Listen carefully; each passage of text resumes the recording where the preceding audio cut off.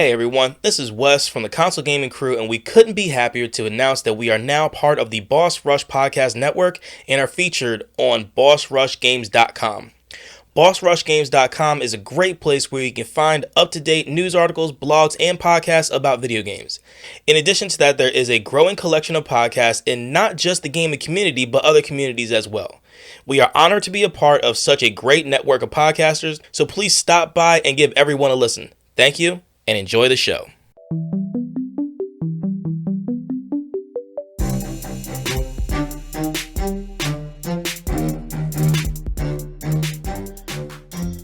Yo, crew members, what it be? Hi. What the fuck was that? I'm like halfway between myself and Anthony. I would normally be way more lively, but we are back doing this thing remotely for, safety reasons, and my son is sleeping directly under me. Yes. So I don't want to be like too boisterous. You know what I'm saying? A little too. I forgot about that already. My bad. Hey, what are you apologizing for? You're coming through my ears. Touche. You're in the headphones. But anyway, so we are back again. It's just the two of us because Anthony has drill. Yep. So we figured we might as well get back into a little bit of that good old CTH, that consoles through history. Previously, if you've been following along, previously we did the Nintendo Color TV game series. I believe is the last one that we covered. Yeah, that is. That was a wild one. That was definitely a wild one. Now, for me, probably for Wes too, I got the bulk of my information for this episode from a couple places that I really started liking going to for these. One being Wikipedia, which is what it is. Everyone goes to Wikipedia. So I got from Wikipedia, RetroGamingConsoles.com, which is a great source for information on retro consoles. That's Definitely. What they do. And then also a new website that I found out that I've really started to like, which is VideoGameCritic.com, which is, I don't know if it's a team of people or one person. I would venture to say a team, but they take these consoles and they break them down and then give it their criticism, and they give each part of the system like a letter grade and discuss why they got it. So they go over like console appearance, functionality, durability, media packaging, games, and they like break it down and give their grade and their review on it. Okay. So I don't think I've checked them out yet. They're a pretty dope spot. But anyway, without further ado, this week we have the Bally Astrocade.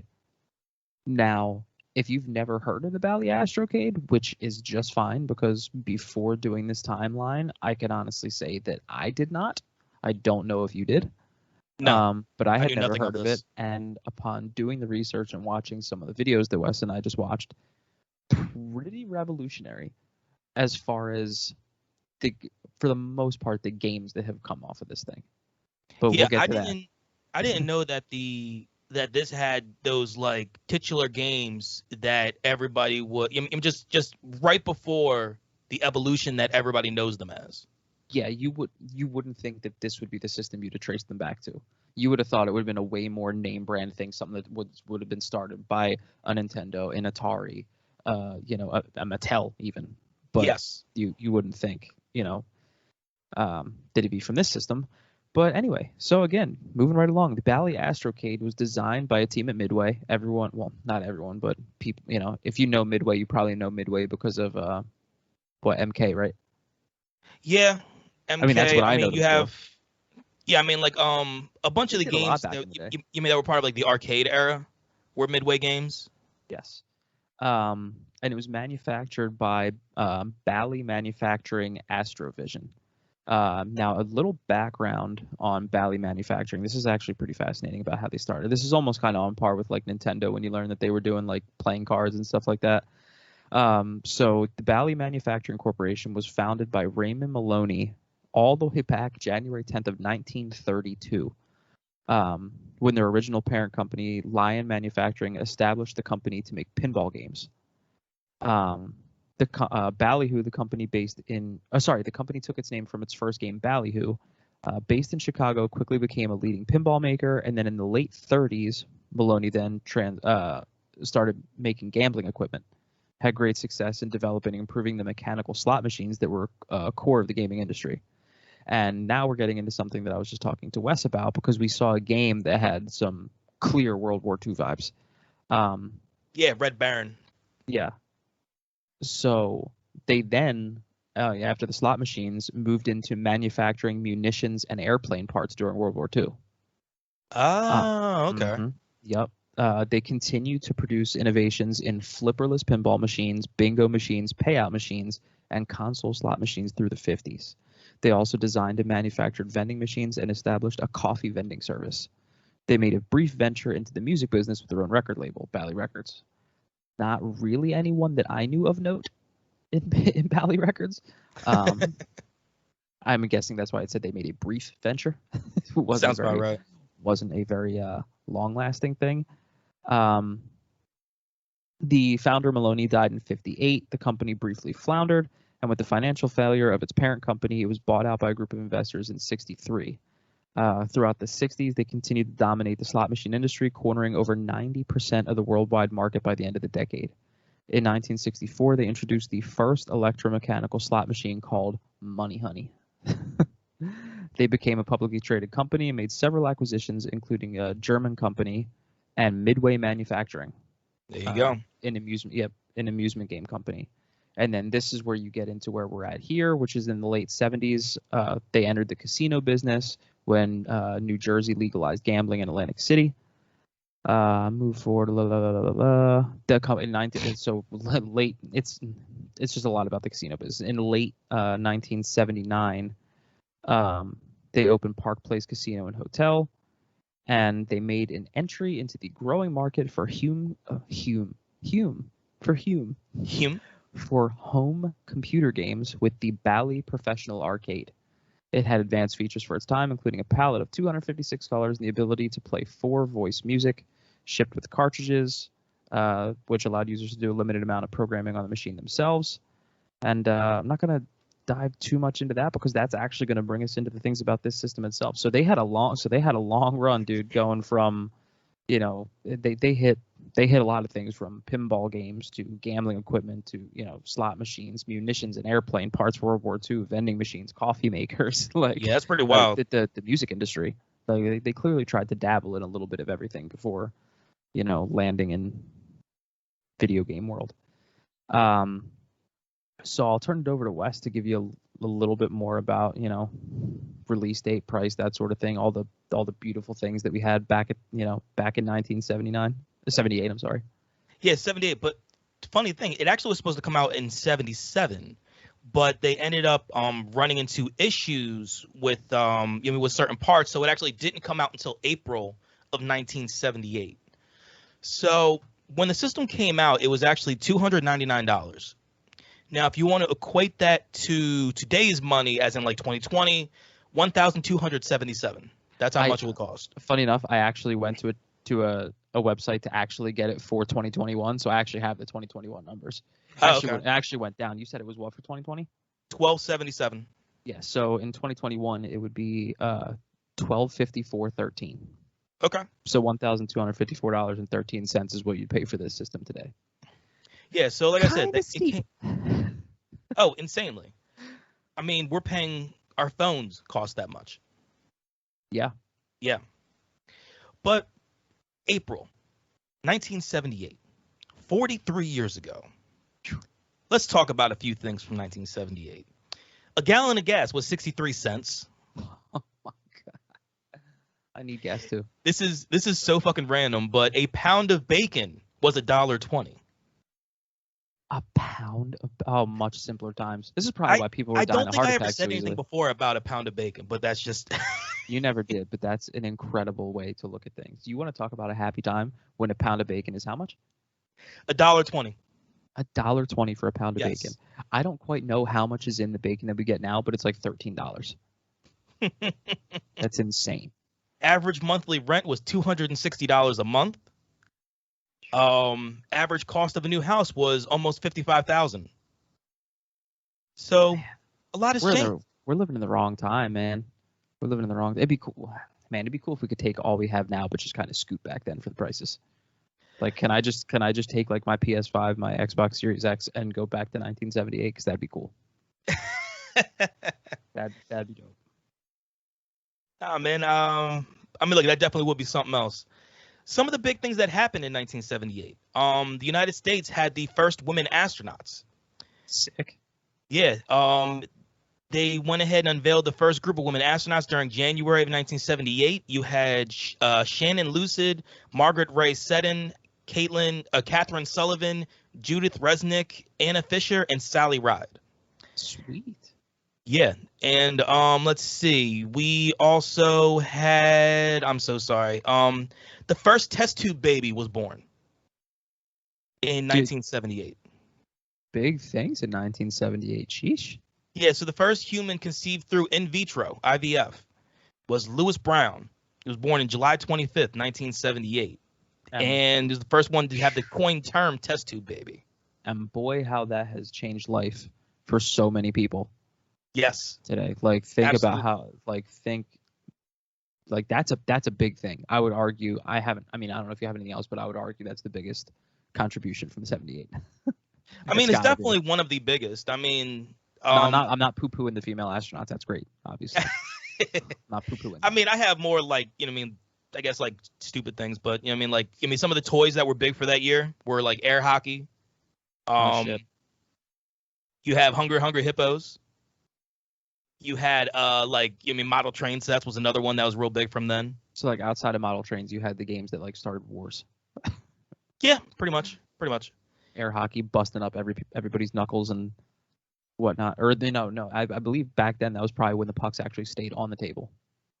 You notice as air hockey has gotten like as the years go on, it's like either the tables get more forceful or the pucks get lighter because now you can't keep those things on the table. Back in the day, I don't believe they had those dividers. Now they have those dividers in the middle. You got a good point right there. Like how are we advancing and we're going backwards in air hockey? Advancing everywhere else. Right? Like every time I play air hockey, like I used to love that game and now I'm fearful because if you get one of those ones that doesn't have that little divider, like that thing's coming at your neck, man. Yeah. No. A weird thing that happened in 1978. We had 3 popes in 1978. Pope Paul VI died at age 80, and then you had Pope John Paul I became pope in August, and then died 33 days later. And then you had Pope John Paul II. Sheesh. Okay. That's pretty wild. And then one of the last things I want to talk about was people that were born in 1978. You had Ashton Kutcher, the actor, Josh Hartnett, also an actor. Oh, it's crazy. We're getting closer. Like it's fun now that we're getting closer to like when we were born. So I actually like know all these people. Yeah, knowing these people. Well, this one everybody knows. The other two everybody knows, I think. Lower Marion's greatest player of all time. Dude sits number 2 or number 3 or number 1 even in some of the most rankings in the NBA. Mr. Kobe Bryant was born in 1978. Bean Bryant, the Black Mamba himself. Yes, the Black Mamba. Yeah, I actually have up in my son's room. I got a Mamba Mentality poster. It's like one of the first things you see as soon as you open the door. But yeah, man. So that's a lot of stuff that happened. In 1978. Man, 10 years before I was born. Not so much for you, but you love pointing. No, man, it's 7 years before I was born. 7 years before you were born. Yes. Do I love pointing out that you're older than me? Absolutely. Yes. Oh no. I know. It's a hobby of mine. So let's run down some of the specs of this bad boy, huh? Let's go. So the Bally Astrocade, one of the most powerful consoles. It's so funny to hear them use these words and then like to think that this is what was powerful back then. Yeah, I know. I'm looking at the specs too. Yeah, the Bally Astrocade was one of the most powerful consoles of the second generation of video games. It was powered by the Zilog Z80 8-bit CPU, which was clocked at a speedy 3.579 megahertz, which is about twice as quick as most other CPUs at the time. So I'll give them that. It had a 4K each or hard out. It had a resolution of 160 by 102 pixels. Yeah. And check this out. You ready, bro? About to blow your freaking mind. Come on, let's go. Had 8 kilobytes of ROM and 4 kilobytes of RAM. Kilobytes of RAM. Though, however, I will say this: it was, hang on to your britches, people. It was expandable to 64 kilobytes. Now, is this one of the first systems that could do that? I believe so. To have an external expansion? I believe so. Let me scroll down into. Not sure, but I think so. You can look it up while I go through the spiel if you want. I'll check it out. So, but to put this into perspective, which funny enough, because we did the Atari 2600, did we not? Yes, we did. Okay, so cool. So to put this into perspective, the Atari 2600 only had 4 kilobytes of ROM and 128 bytes of RAM, which illustrates just how powerful the Astrocade hardware was to the other systems available at the time. So even though we're making fun of it because of what we have now, and we're just joking, but for the time, it was very powerful. I'm pretty sure everything I'm seeing. I'm pretty sure this was the first one that actually had that capability. Okay, that's great. I'll add that to the innovations portion later. So yeah, like we said, 4 kilobytes of RAM up to 64 with the external expansion port. It also had 4 controller ports, which I believe is a first. Yes. For the systems, it had 4 controller ports, the 1 expansion, plus a light pen, which I believe it would make sense for that one to have been used for that one game that we saw where you were like coloring and drawing. That drawing game, yeah. I was thinking the same. Yeah. So yeah, we joke because, obviously compared to what we have today, that's like a toaster. But for back then, compared to, its contemporaries at the time, this thing packed a punch. And you could tell, like, you can, we'll post a link of the video that we watched. That's like a 16-minute video of all the games A to Z, and you can see, the vast difference in graphics and,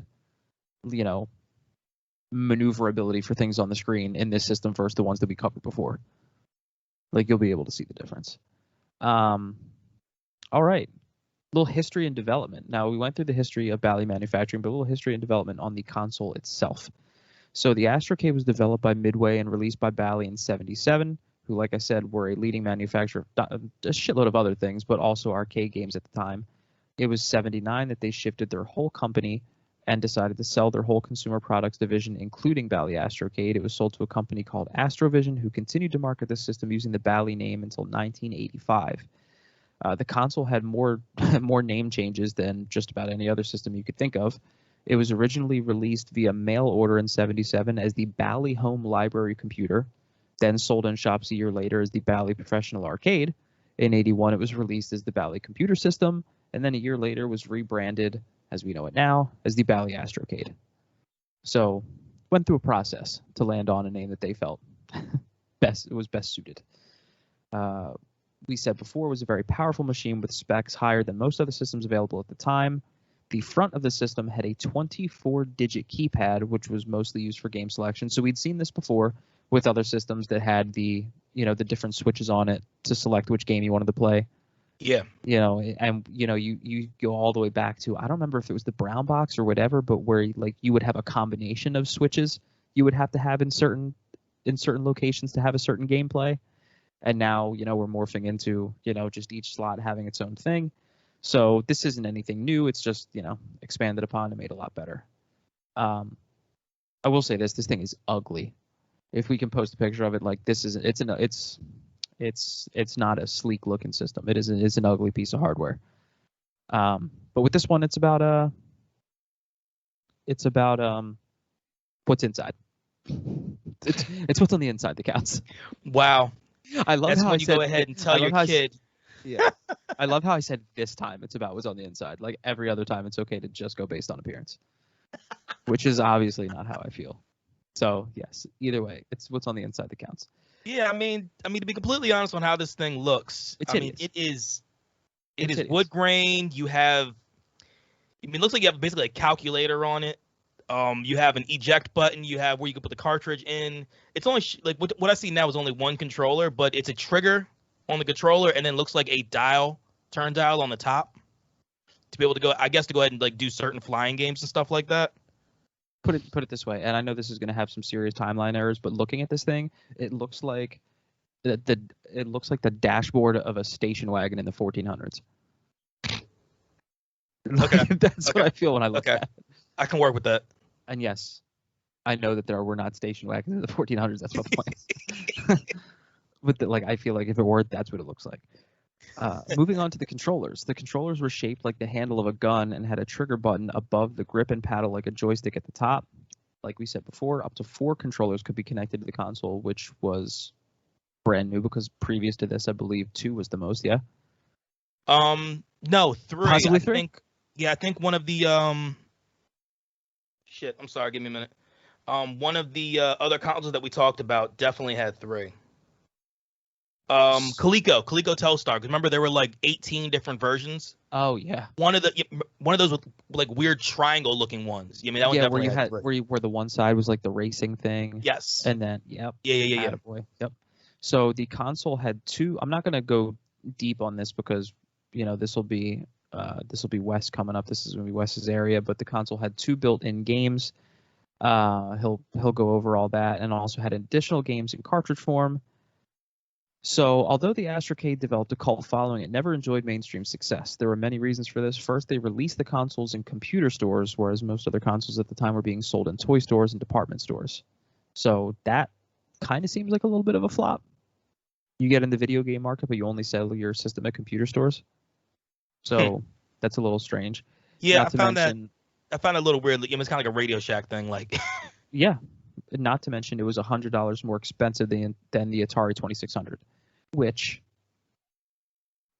you see everything that's in it, you understand why. But I guess people just didn't want to pay for that, pay that $100 price tag. The first consoles, and I believe this is maybe expanding upon what you were talking about before with the delay that it had. The first consoles which were released were plagued by defects, which meant they all had to be replaced. Though models which were replaced have many faults in them too. However, the ability to write your own programs proved to be popular with many. The console was also released as an arcade machine, but wasn't super duper successful. So the innovations, we already kind of touched on that. The controllers, the 4 ports with both digital and analog controls, a keypad built into the console, and the ability to run basic programming language on the system were all things that were innovative here. And also, again, this is where Wes is about to take over, but some of the games would definitely be in the innovations category because these were games that ended up being, if you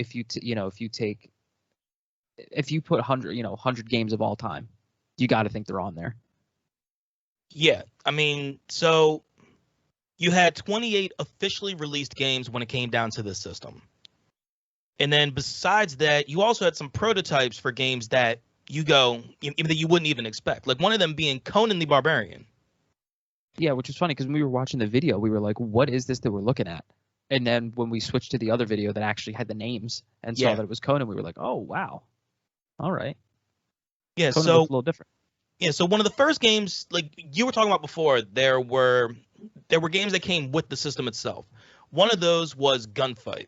Gunfight was a game that you had basically a few cactus in front of you, and it was basically a duel, from the Wild West to see who could shoot the other one. And then once you shot somebody, you would go ahead and just I just love the way that it just says "got me," you know what I mean, right above the body. Ooh, you got me. Yeah, just you know what I mean, the whole freaking like mask from thing. the mask. Yeah. Dude gets shot right in the head, but he's allowed to hit you with a "got me." Yeah. What? I'm sorry, I don't have it up right now. What did you say was the other one that came with it besides Gunfight? Checkmate. Checkmate. Yeah. Checkmate. Okay, I don't see that on here. Checkmate was that. Maybe that's what changed to the checkers and backgammon game, possibly. That could be true. Yeah, the checkers and backgammon. Okay, so let's talk about some of the games that we saw in that video that will. Like we said, we're going to post a link to, so that way everybody can see in the show notes. You had Space Invaders. Yeah. Into which the original name was Space Invaders, but then it was actually changed in 1981 to Astro Battle. Yeah. So it was the same game, but they went ahead and just changed the name after after they sold everything. Other games you had were like Grand Prix, Demolition Derby, to where basically just making right turns. It's a pretty wild game. Gripping.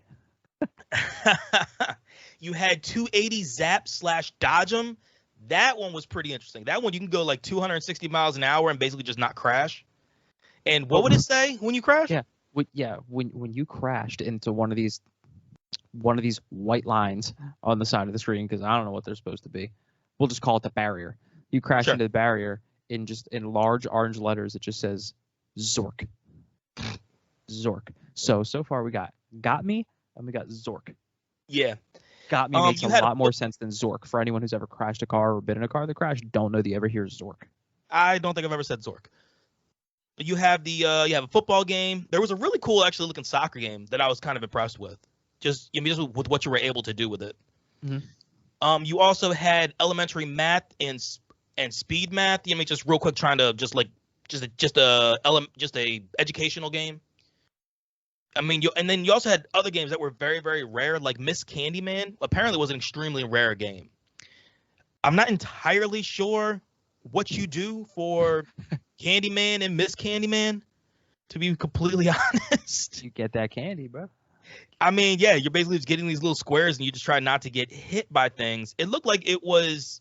See, I would think that it would have been a predecessor to Muncher, which everybody now knows as Pac-Man, which also is a game that first started on this system.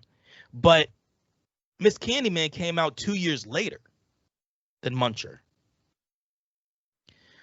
which I just find interesting. You have the Panzer Attack Red Baron game. That was the one where I'm guessing you went ahead and used the analog on top of the controller to be able to go ahead and fly. You had like Space Fortress. You had a missile game. You had blackjack, poker. Standard stuff like that. But yeah, dude, like this system had just some of the biggest games that that we now know today, but just in their most infantile state. I feel like you didn't name two of them. Then please. Because I feel like all you did was Space Invaders. No. Did I black out? Muncher, which is Pac-Man. And did you touch on Frogger? No, which one was Frogger? I forget what the game was called. Oh, I don't remember what it was called either. But yeah, there was definitely Frogger. There definitely was. Sure. Yeah, I wasn't expecting to see Frogger when we were watching it. Yeah, but yeah, enough, Frogger was another one that I was actually really shocked with. Yeah, you were shocked with the pinball too, because of the physics behind the pinball itself, like how it actually. The physics on that were much more intricate than I expected for a game like that. Yeah. So neither one of us could figure out how many units were sold here. Like, we did extensive research and could not find how many of these damn things were sold. Yeah, I'm honestly, it was one of those things that I truly just couldn't. Normally you can go ahead and say like one of them was like 250,000, the other one was like a few million. Like, we've always had a solid number, but right here I can't find any information at all for how many were sold. And it's weird because how many games came from this system that everybody knows and loves, yet it was a system that it seems like basically almost nobody touched. Because it was only around from 78 to 83. Yeah, you're talking 5 years. Yeah, that's it. You're talking 5 years. Yeah, because the system went away when there was apparently a huge video game just crash that went ahead and lasted for 2 years, especially in the United States. Think about how this comes full circle too, and it's kind of funny how they tried to turn this into an arcade machine, which clearly didn't take, and now think of what is arguably the most popular arcade machine in history is Pac-Man. Yeah. Pac-Man, which they made. Yeah. So it's just weird that I guess sometimes it just takes some time for these things to take hold. Well, there was a lot of stuff in here. The like Space Invaders and all that type of dude. That was also a huge game. Oh yeah, absolutely. In the late 70s and 80s for arcades. So like I said in the beginning, I went to videogamecritic.com to see what they had to say about, about their review on the console itself, and it is pretty funny. So they go through, they give their letter grade for certain areas, and then they give the pros and cons. So I'll break down some of these. So console appearance, no surprise here, they gave it an F. It says the Astrocade is probably the ugliest piece of hardware that I've ever laid my eyes on. The fake wood trim, gold trim keypad, and smoked glass looks like something left over in the 1950s, much less the 70s. The back half of the unit holds up to 15 cartridges under its removable plastic lid. The console has no sense of style. Did I mention that it was big? So it's a big, ugly hunk of shit, basically, is what it looks like. Console functionality. So savage. It's, hey, you gotta be honest. Console functionality, D+. The front half of the system has a cartridge slot and 2 buttons, eject and reset. The 24-key keypad has black keys on a gold background, making it look like an old calculator. The power switch is inexplicably hidden on the lower part of the back of the console, and there are also the 4 controller ports back there. So I guess it's kind of weird that they put that in the back. Yeah. Considering we'll see, I guess, as we go along this timeline when they've been moved to the front. I don't know were they in the front before for any of the other systems? I can't remember. I'm trying to think. I'm not entirely sure. I feel like the side. I feel like the back. Anyway, durability. I'm surprised they gave it a D. I'm actually going to read this off because you would think a big ugly hunk of shit like that, like you'd be able to throw that thing down the steps and it would still work. Astrocade systems were unreliable. Well, that makes sense. Unreliable from the outset, so it's hard to find one that's fully operational. Many FAQ documents advise against leaving it on a carpet as the system is prone to overheating. We know about those things. I guess you just couldn't get a red ring of death on that thing. The keypad does not age well, and over time its buttons tend to stick. Fortunately, you can completely circumvent the keypad by using the controller to select variations instead. So now we're getting to the areas where they've actually succeeded a little bit. So controllers, they got an A. While they look like half of a toy gun, the controllers are remarkably comfortable and perfectly functional. The knob at the top functions like an 8-way joystick and also turns to double as a paddle, which allows certain games to utilize both digital and analog controls at the same time. Oh, cool. Yeah, that's legit. Media, they were given a D because the cassette tape-shaped Astrocade cartridges are compact but lack any kind of decorative artwork, and there's no label along the edge, so you can't tell what the games are when they're stacked. So like how we all have our games sitting so we can see what they are, you have no idea. You'd have to take the games out to find out. So I'm looking at the way the game cartridges look right now. I pulled up, basically kind of like what the prices would be now when people are trying to sell it. And some people are trying to sell this like a system and a bunch of the games for like $600. I mean, this retro stuff, man. I mean, it doesn't surprise me. So with them getting a D for media and talking about the lack of decorative artwork, makes sense to me why they were given an F- in packaging. I didn't even know you could get an F-. I don't think you can. The lowest of the low. Yeah. Astrocade games have incredibly cheap generic packaging. Most were sold in generic gold boxes with the stickers on the edge indicating the title of the game. Worst yet, the instruction manual, which is the only thing containing art, doubled as the box cover. So once you take off the plastic shrink wrap, the whole package falls apart. So they clearly did not think that one through. Wow. Did not think that one through. Now, I'm surprised. I mean, they give the reason why, but I'm surprised that they gave the games a C+. I'm surprised it was that low.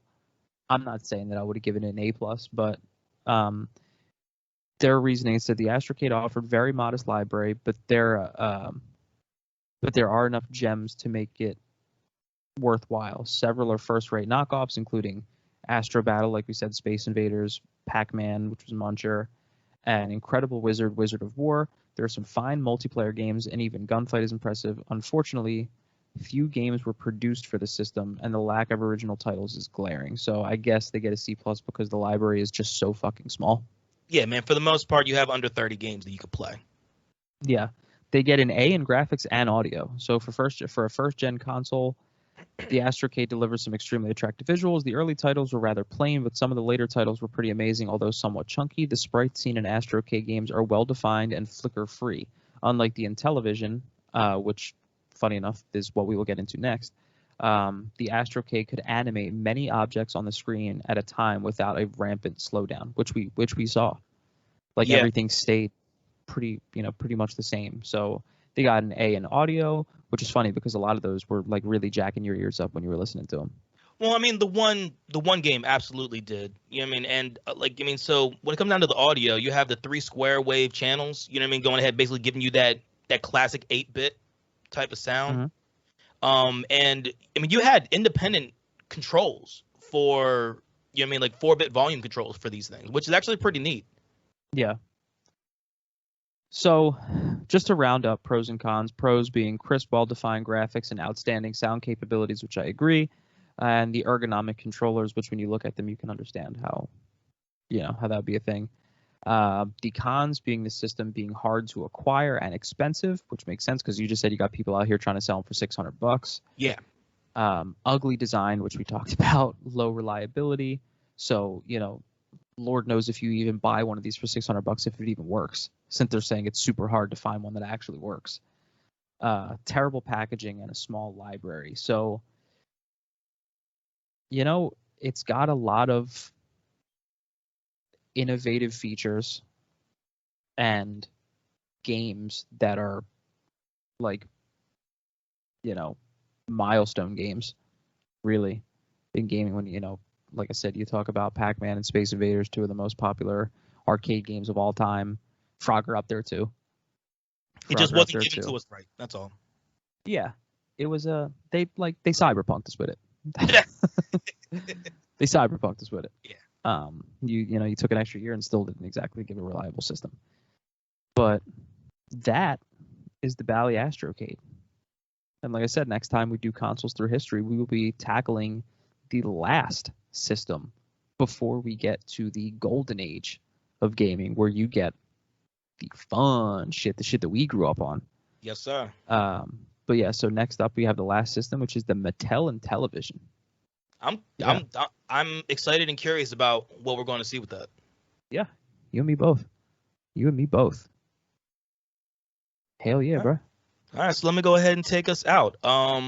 If you want to go ahead and connect with CGC, you can go ahead and find us at consolegamingcrew.com. If you want to email us at consolegamingcrew@gmail.com. Our Twitter, which is the place where you can find us most easily accessible, is at Console Crew. Our YouTube and Instagram are both Console Gaming Crew. Facebook is... And then you can also go ahead and find us at our network, which is bossrushgames.com. The Boss Rush Network is where you can go ahead and find not only gaming creators, but also other content creators, cosplayers, just other podcasts that just go ahead and just put out all sorts of different stuff. Those guys over there being ran by Corey, just top notch. So go ahead and check them out and us out there at bossrushgames.com. If you want to watch us on Twitch, we Twitch both on Monday nights and Friday nights. You have my co-op nights on Monday night. I run with some of my friends. We run just any different games. We just want to go ahead and just run together. And Fridays are our fun Friday. We've been doing the Ascent, but as of late, when we're not getting together, we'll either play some NHL 21 or I'll play something just to go ahead and make it entertaining for others. So that's where you can find us. Bang. That's all you Bang, got? dog. So they got bang. I mean, you killed that, bro. You killed that. I'm just glad I said Boss Rush Games the right way. That's what I'm saying. I'm thoroughly surprised. I'm thoroughly surprised. All right, So let's go ahead and, as always, when we take y'all out, we want to go ahead and please ask everybody to stay safe, wash your hands, mask up if you need to. Lord knows we need to. And as always, game on. Game on, y'all. Peace.